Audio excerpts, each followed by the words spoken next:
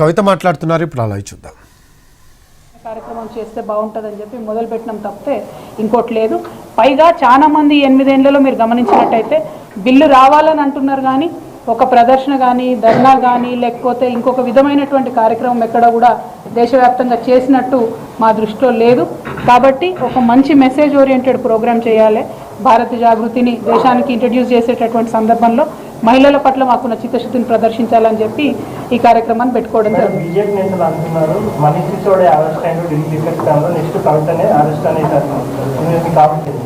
ఇక బీజేపీ వాళ్ళు చెప్తే అరెస్ట్ చేస్తే ఎట్లనే చూద్దాం కదా ఏమవుతుంది. అది ఎవరు చేయాలనో ఏ ఏజెన్సీలు చెప్పాలనో వాళ్ళు చెప్పుకోవాలి. వీళ్ళు చెప్పి వాళ్ళు చేస్తుంటే మ్యాచ్ ఫిక్సింగ్ అంతా వాళ్ళే ఎక్స్పోజ్ చేసుకుంటారు. ఆ బీజేపీ వాళ్ళకి చెప్పండి, అట్లా మాట్లాడితే మర్యాదగా ఉండదు. ఇది డెమోక్రసీ, ప్రజాస్వామ్యం అని చెప్పండి. But is Sanjay Gandhi lamenting time and again on the KCR government and DRS?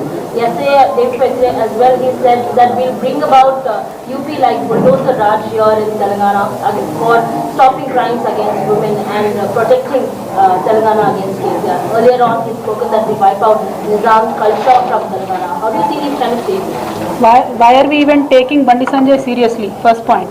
Second point, Mr. Bandi Sanjay has lost it. Everybody understands that in this state. Third point, in Uttar Pradesh bulldozer Sarkar, 33% reservation is only given to local bodies for the women. I've just mentioned that. Whereas in Telangana, a progressive state like Telangana, we give 50% women reservation even at the local level. Ask them to start at least by implementing 50% reservation in Uttar Pradesh. Then we will talk about name changing, bulldozer, double engine. It has always been trouble engine. People know that. When compared to UP's progress, Telangana's progress, in fact, there is no comparison at all. So that is why people have stopped taking him seriously. I personally do not take Mr. Bandi Sanjay seriously.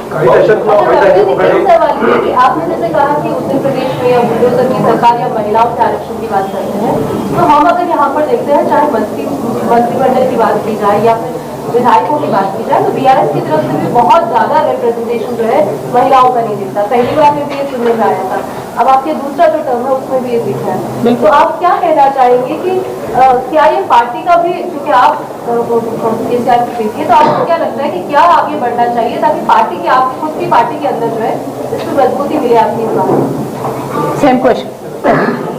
सो देखिए, मैंने पहले भी कहा था, BRS या कोई भी party होने दीजिए, nobody is different when it comes to giving women enough representation. Every party has done that. Only few parties, I would very proudly say, led by leaders like Mamta ji, Jayalalitha ji, they gave more representation to women. They made sure they did that. So that is why I say, if there is more women representation, one woman will help another woman and political space will be occupied by women. And personally what I believe is, every party should be given freedom to choose the 33% seats wherever they want to give it from. If they are free to choose, I believe at least 60% women will come. Because in places, if you reserve the constituencies for women, then again women will fight against women and we might lose a great deal of leaders. So instead, if parties are given freedom to choose 33% of seats wherever they want to give from, that will be a step one. As I again said, saying it again, India and Indian political parties are heavily patriarchal. That is why we need the help of the current government to get a quota system in place. If not, even in the next 50 years, you will be asking me the same thing, I will be telling you the same thing.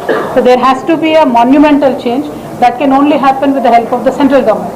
And that is their poll promise twice, not once. So that is why we want to remind them, please wake up from your slumber, do something for the women of this nation. Ma'am, Arvind Kejriwal compares Prime Minister Modi with Indira Gandhi and he says that emergency like situation might come, and also, he stated that he has crossed all the limits like Indira Gandhi did. How do you see this, your friendly political party? Well, it is not one person's opinion. Across the nation, I believe the opinion today is the same. There is an undeclared emergency in this country because any two people sitting and talking about something, or anybody speaking to some other person over the phone, perpetually is in a fear that we are being monitored by the government, or we cannot say something politically wrong.